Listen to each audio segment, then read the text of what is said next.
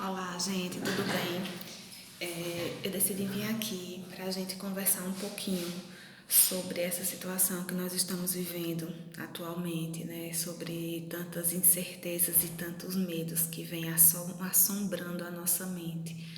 E eu tenho recebido informação de muita gente que está tendo diversas crises de ansiedade devido à instabilidade do momento atual. Bom, eu queria começar aqui com vocês explicando um pouquinho a diferença do que é o medo e de como esse medo pode ser processado na nossa mente, no nosso organismo e de como a gente pode reagir, né? O medo, ele é um mecanismo natural, um mecanismo de defesa do nosso organismo que a gente tende a sentir diante de uma situação de perigo iminente. Então, nosso organismo se prepara para reagir. Ele emite um alerta, certo? O nosso cérebro ele emite um alerta dizendo que a gente precisa se preparar, porque a qualquer momento a gente vai precisar ter uma reação rápida. Isso é o medo.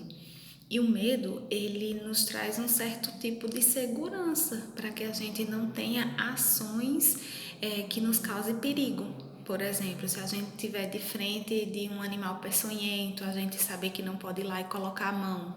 A gente tem medo disso, então a gente vai ter algumas precauções em relação a isso.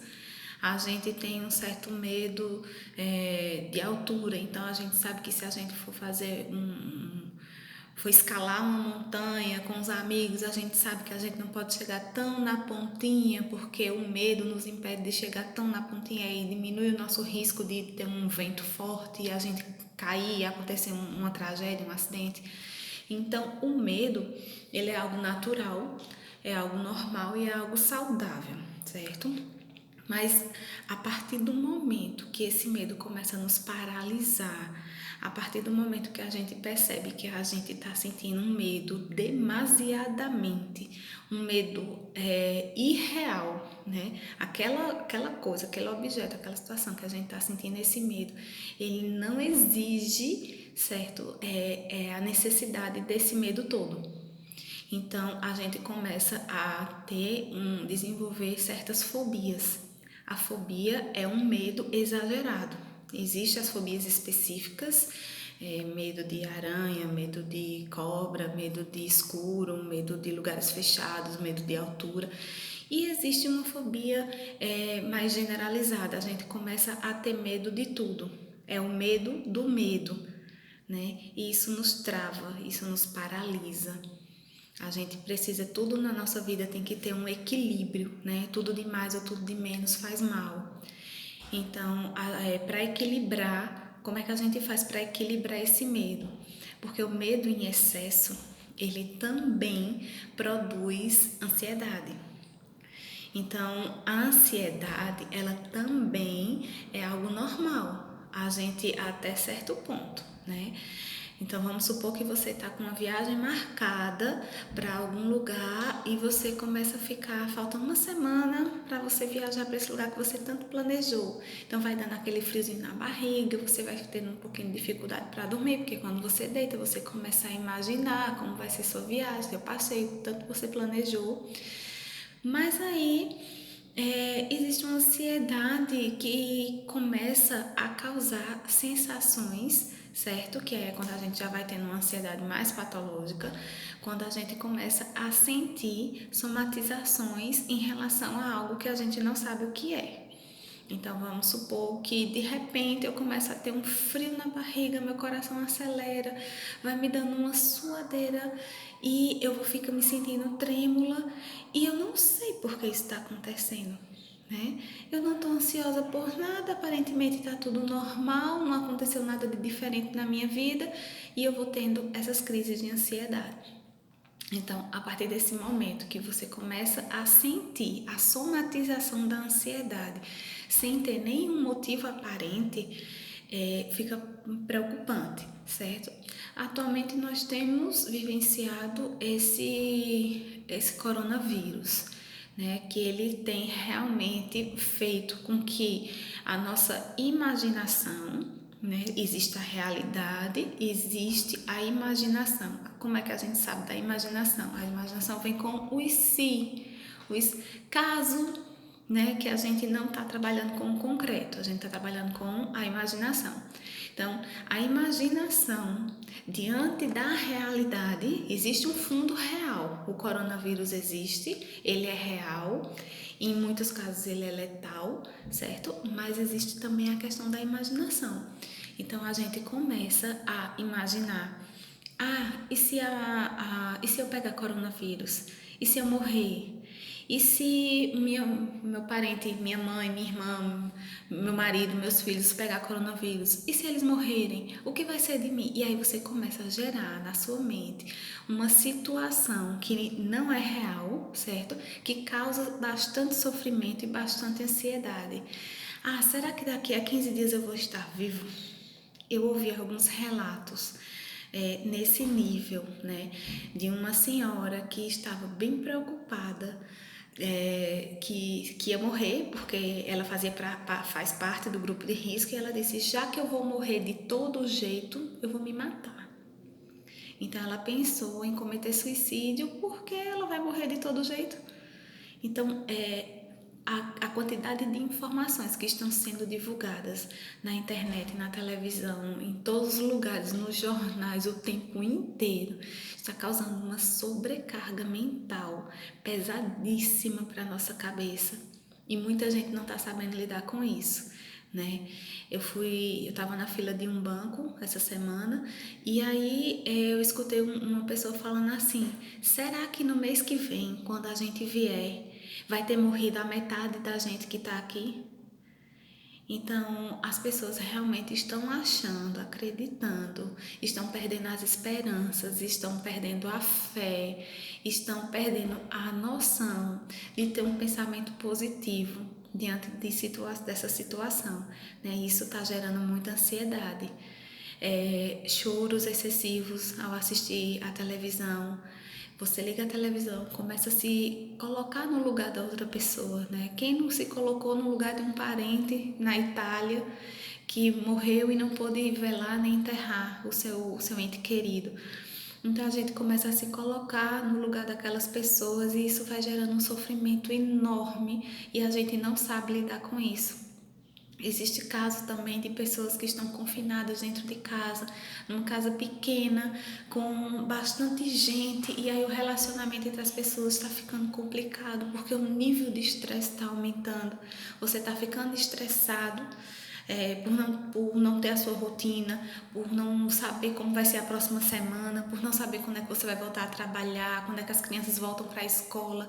E isso gera ansiedade, essas incertezas geram ansiedade. Então, você começa a ficar estressado, libera cortisol, que é considerado o hormônio do estresse, e aí você se estressa facilmente com a pessoa que convive na sua casa, e a outra pessoa reage com estresse também porque ela está na mesma situação, e aí a complicação da convivência familiar vai aumentando e vai ficando tudo cada vez mais difícil, como se fosse uma grande bola de neve, né?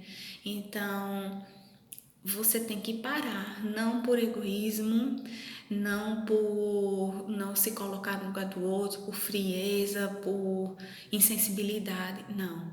Você tem que parar de sobrecarregar a sua mente com informações que você já sabe mais do que o suficiente para se prevenir contra o coronavírus.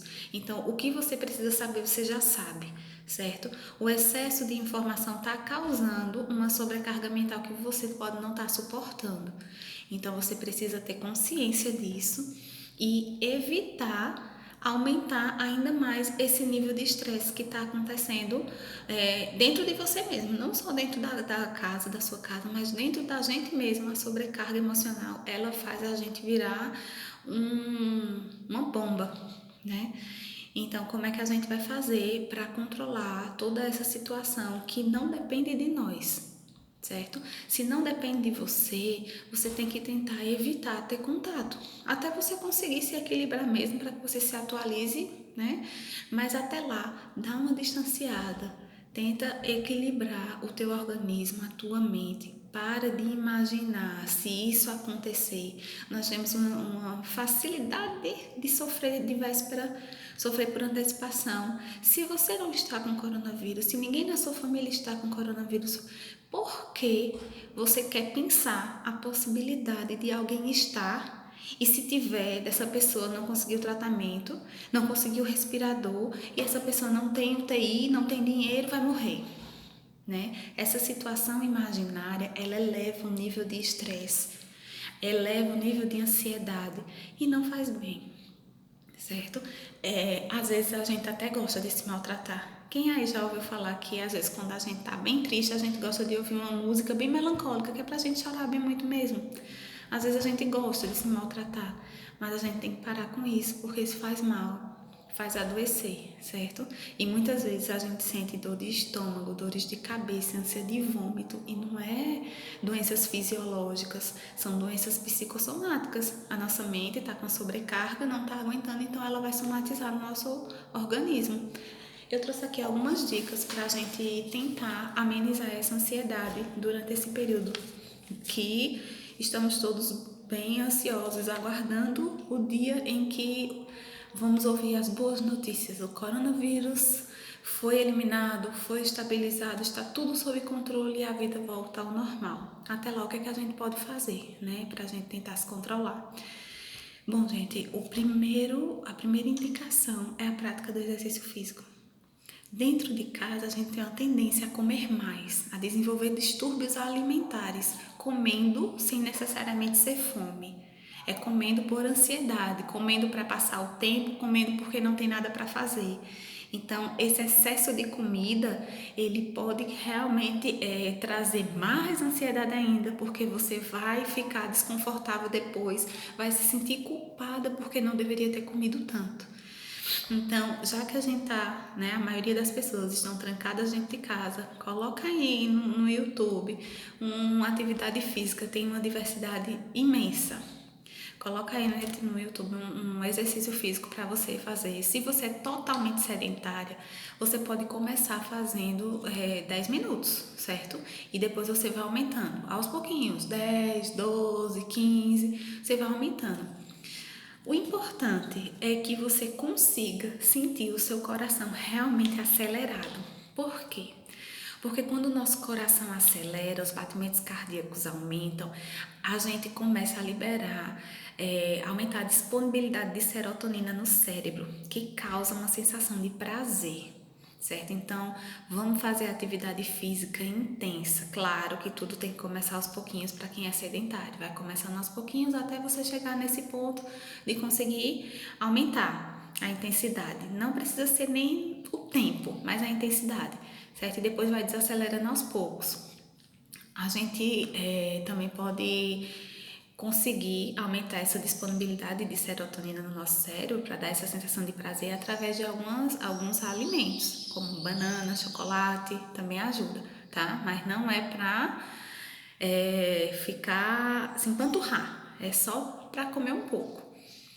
E como é que a gente faz para tentar reduzir o estresse, né? Porque a gente tem que tentar controlar o nosso estresse. A gente tem que tentar perceber, poxa, né? Olhar para dentro da gente mesmo, parar um pouquinho e dizer, não havia necessidade dessa reação toda diante dessa situação que aconteceu agora. Então, quando a gente para fazer algumas perguntas para a gente mesmo, a gente nota que teve uma reação exagerada ao que a situação pedia. E o estresse, como eu já disse, ele aumenta o nível de cortisol, que é considerado o neurotransmissor do estresse mesmo. E a disponibilidade no nosso cérebro desse hormônio, ele faz com que a gente tenha reações em cadeia de estresse. Então, estresse gera estresse. E o estresse, ele diminui a disponibilidade de outro neurotransmissor que a gente tem no nosso cérebro, que é o GABA, que ele é responsável para dar uma sensação de rebaixamento. Quando a gente vai dormir mesmo, o GABA ele entra em ação para dar uma sensação de relaxamento, de calma. O cortisol ele elimina o GABA que está disponível no nosso cérebro. Então entenda, aumenta o nível de cortisol, diminui o GABA. Então você fica com um neurotransmissor do estresse circulando em mais abundância e aquele que era para combater, ele tá matando, certo? E realmente, não sei se alguém já ouviu, mas o estresse mata neurônio, o estresse mata o GABA. Então, quanto mais estressado você se mantém por muito tempo da sua vida, mais difícil vai ser você um dia conseguir controlar esse estresse, tá? Então, vamos evitar matar neurônios, vamos tentar nos controlar, vamos olhar para dentro da gente e questionar. Era necessário todo esse estresse para resolver essa situação? Na maioria das vezes a resposta é não, tá? Tentar controlar a respiração. Técnicas de respiração, elas são realmente muito bem-vindas. Elas realmente nos ajudam bastante. Então, tentar parar um minutinho no local mais tranquilo que você encontrar na sua casa. Você inspira e respira. Então vai fazendo isso lentamente, você vai conseguindo controlar a sua respiração, você vai perceber que você vai dar uma acalmada e isso vai te ajudar bastante a controlar aquela situação naquele momento, certo? Evitar pensamentos negativos. Bom, não é fácil, né? A gente tá, como eu havia dito, sendo bombardeados a todo instante de muitas informações e todas elas super negativas, referido à doença, à causa, à morte. Como é que a gente faz para evitar pensamentos negativos? Você tem que encontrar técnicas que funcionem, certo? Existem uma diversidade de técnicas que funcionam para bloquear esses pensamentos negativos, certo? É se questionando mesmo. Quando você começar a perceber que você está pensando negativamente, dá um baixo, dizer calma, respira fundo. Não é assim que está acontecendo, certo? Eu não preciso pensar desse jeito, eu vou pensar que as coisas vão dar certo, que você pode até não acreditar inicialmente no que você está dizendo, mas você precisa acabar com esse pensamento negativo, certo? As coisas vão dar certo, isso vai passar, eu não vou morrer, ninguém da minha família vai morrer, meus amigos não vão morrer, eu vou voltar a trabalhar e minha vida vai voltar ao normal e as coisas vão voltarem ao normal, certo? Esse tipo de pensamento precisa estar mais frequente. Quando você consegue dominar os seus pensamentos negativos, você consegue ter um maior domínio sobre tudo, sobre todas as suas reações, inclusive o estresse e a ansiedade. Tentar tomar também chás calmantes, né? Chá de camomila, valeriana, tem uma diversidade de chás também. Pesquise uma listazinha de chás que você possa gostar do sabor e agregar nesse momento também. Todos os dias toma uma xícara de chá que possa te dar uma acalmada, certo? Tenha efeito sedativo, efeito tranquilizante. Tentar se manter organizado. Eu sei que a gente em casa não tem rotina, né? Muitas vezes não consegue manter a rotina que nós tínhamos quando estávamos trabalhando, mas tentar manter o seu ambiente organizado. Isso dá uma sensação de prazer também. A organização nos causa prazer, certo? Então tenta manter a tua casa, o local onde você fica, o seu quarto, mais organizado. Parar de criar ou imaginar possibilidades que aumentem a tristeza, né? Eu já havia falado isso, que também está muito atrelada a parar de ter pensamentos negativos. E se você tem uma música que você gosta, que te traga alegria, assiste filme de comédia, tenta assistir série, vai ler um livro bom, um livro que traga, passe uma mensagem boa, positiva, um romance. Então, não busca assistir coisas tristes. Eu não vou ver notícia de coronavírus, mas eu vou assistir um filme de um drama que eu vou chorar bastante. Não. Você vai tentar buscar coisas que te tragam prazer, que te tragam alegria, né? Fortalecer o autoconhecimento. Como é que a gente fortalece o autoconhecimento? É quando a gente começa a conhecer quem somos nós. O que é que nós gostamos, o que é que nós não gostamos, o que é que a gente tolera, o que é que a gente não tolera. Aprender a dizer não sem sentir culpa nem ressentimento. Quem já vivenciou uma situação em que você disse alguma coisa e depois ficou preocupada? Será que aquela pessoa entendeu o que eu quis dizer? Será que ela ficou com raiva de mim? Será? E aí você começa nos serás, nos se, né? Que vai te maltratando. Então, quando você tem consciência e confiança do que você disse, não, eu disse isso mesmo, realmente eu não gosto, realmente eu não vou, eu não quero, eu não posso. E você não sente culpa disso, isso é libertador, certo? Você não fica se corroendo e esse assunto já saiu da sua cabeça. Você já disse o que você queria, né? Não precisa ser grossa com ninguém, do jeito que você quer respeito, você tem que respeitar, mas você tem que saber o que você gosta, o que você não gosta, saber dizer não e dizer isso com bastante propriedade, sem se sentir culpado, certo? E outro ponto bem importante é cuidar bem do seu momento antes de dormir. Na hora de dormir, não é hora de pensar nas dívidas, não é hora de pensar nos problemas, não é hora de discutir. A hora de dormir é um momento que você tem que tentar relaxar, certo? Porque você não vai resolver absolutamente nada deitado na cama. A hora de dormir é a hora que você tem que tentar fazer uma limpeza na sua mente. Tentar deixar todos os problemas que não foi resolvido durante o dia, naquele momento você não vai resolver mais. Então ele vai ficar para amanhã, inevitavelmente. Se você continuar pensando neles, você apenas vai desenvolver uma insônia. Vai dormir super tarde, no outro dia vai amanhecer cansada e se sentindo culpada por não ter ido dormir mais cedo. Então, tenta dormir, não dormir muito tarde, né? Dormir cedo e não tentar imaginar ou planejar ou pensar em problemas, em situações complicadas na hora de dormir. Tenta fazer uma rotina de deitar, né? Que possa ser mais tranquila, mais leve. Tomar um leite quente, tomar algo leve também para comer. Sabe-se também que comer comidas pesadas, massas ou ficar com a barriga muito cheia na hora de dormir nos predispõe a pesadelos, a um sono mais conturbado. Então toma um banho quente, toma um leitinho, uma comidinha leve e vá dormir sem pensar nos problemas, porque você não vai conseguir resolvê-los naquele momento, certo? Dê um descanso para a sua mente. Saiba que por mais forte que nós sejamos, nós não podemos resolver todos os problemas do mundo, nem somos super-heróis, nem super-heroínas. Precisamos encontrar um equilíbrio para a nossa mente, para que ela não fique sobrecarregada e que a gente não adoeça, né, nesse período, porque nós vamos voltar a trabalhar, isso vai passar, nossa rotina vai voltar ao normal, as crianças vão voltar para a escola, isso é uma fase.